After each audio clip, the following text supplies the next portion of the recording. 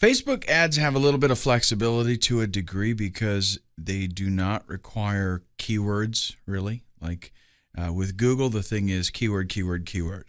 So you bid on keywords. You want keywords in your title. You want keywords in your ad copy. You want keywords in your, the visible URL there. All that kind of stuff. With Facebook, not really a big deal. Okay, but you don't have a whole lot of real estate. So that means you need to focus, really think through your ads and make sure that they are powerful, that they have a strong impact. Plan your headlines.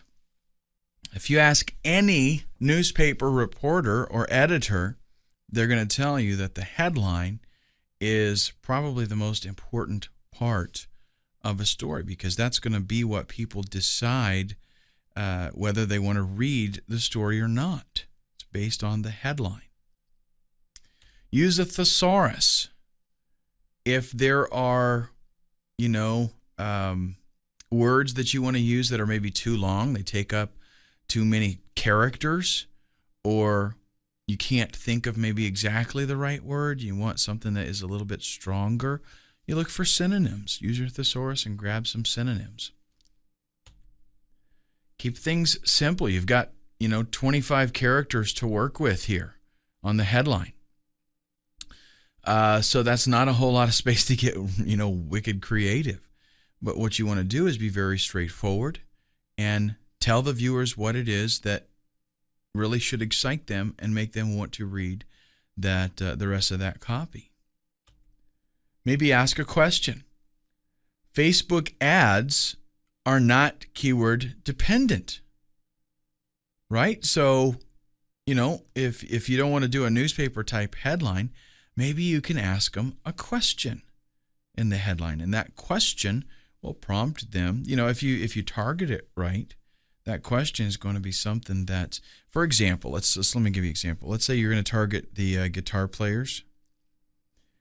You might ask the question, do you make these, come up with a number, do you make these 7 guitar sins? Something like that, so that if you know that they're interested in it anyway, they're into guitar stuff, just provoke their curiosity. Use words that sell. The word free, the word discount, things like that catch people's attention. Save is another good one. Act now, that's another one. New is a lot of times a good catchy headline. Use headlines that are going to start the selling process. So declarative phrases can work extremely well here if they're nice, short, and punchy. We want to create a good environment, so the graphics that you use can be very, very important.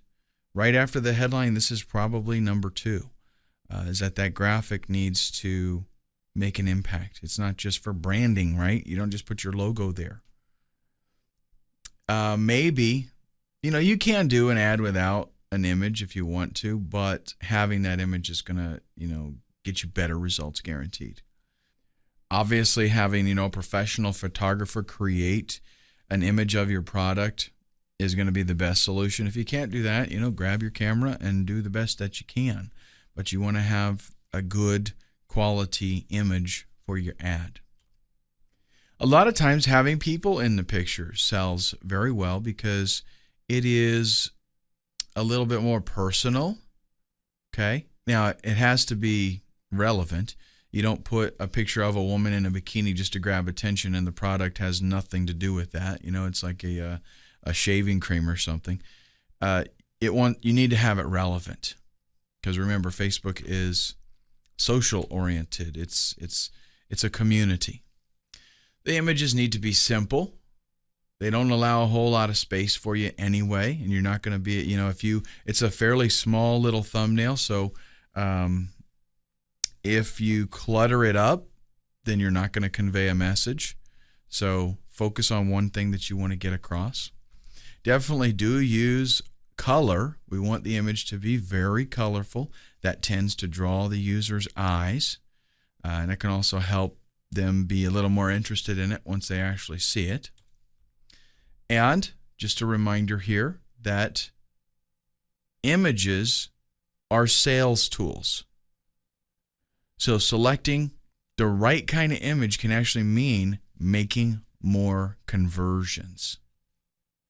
If you were in a political campaign and you were marketing a politician, you're probably going to put a picture of them in it, like a headshot kind of thing.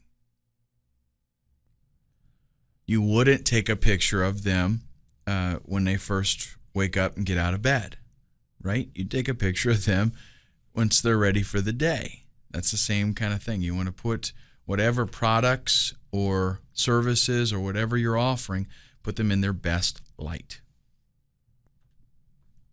Now let me give you some tips. I happen to be an amateur photographer, so I do this kind of thing quite a bit, and I teach on Photoshop. So I know a little bit about this kind of stuff, and I will give you some tips. Crop things nice and close. What that means is you want to make it kind of tight so that the image itself, the product or whatever it is that you're trying to highlight, is as big as it possibly can. And a lot of times what photographers do, if you want to do a nice shot of a person, you don't necessarily do their whole entire head. You might crop it in real tight where it's just like, their eyes, from their eyes down to their mouth, and the rest of it is just completely filling up the space that you have there. Remove any obstructions. All that means is look through the camera at what it is you're going to take a picture of. Is there anything in the picture that does not need to be there? Okay, is there anything that the picture would look better without?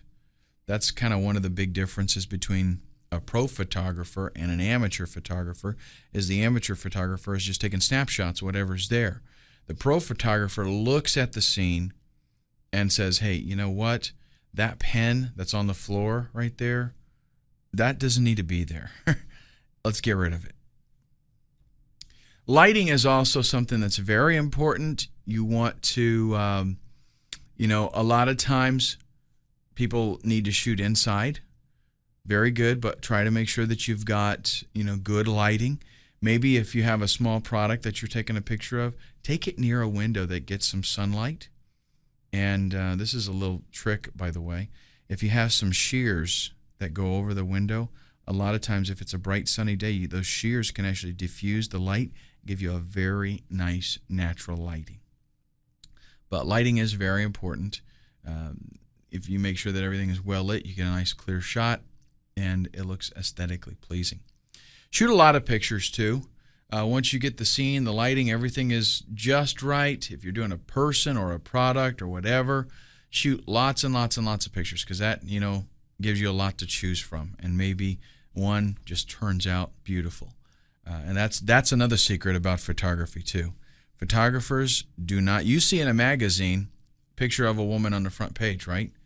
They took like 50 or 100 shots and they just picked the best one. If you're not a professional photographer, you want to get the best results that you possibly can. That means think about the shot itself. You don't just do, point, shoot, click, I'm done. Is there some kind of background that would help enhance the product, make it stand out a little bit more? Is this background too busy and it distracts from the product? Or is this background too simple? Or is it just right? All that kind of stuff needs to be thought through. What angle is going to be best? You can use, if you want to change backgrounds, a little trick here. You can go to a hobby store and get those big sheets of paper, and a lot of times they have colored paper. And you can take that paper and you can kind of prop it up against a wall, let the paper come down and curl on the floor, and then place your product right on the floor there on the paper. What that'll give you is like a seamless background where you can't see the background with a nice complementary color and the proper lighting. That looks like a professional shot. You need to be very picky. You want to shoot a lot of pictures, and you want to make sure that you pick the best. The nice thing about digital photography, folks, is this. it doesn't cost you anything to shoot 100 photos. You know, back in the day, they had to be careful because they had real film to deal with. But now, just shoot as many as you want. If you don't like what you got, then go back to the drawing board. Shoot again. Facebook rules, you got to keep these in the back of your mind. The landing pages, the ad copy, all that kind of stuff has to meet Facebook's requirements, and so do images that you use. You want to make sure they're not offensive or racy or anything like that. And then we've also got clarity. If you've got images that are blurry, or they're too cluttered, or they're dark, they didn't turn out, the exposure wasn't good, don't even consider using them. Okay, you want nice, sharp, clear, clean, professional looking images.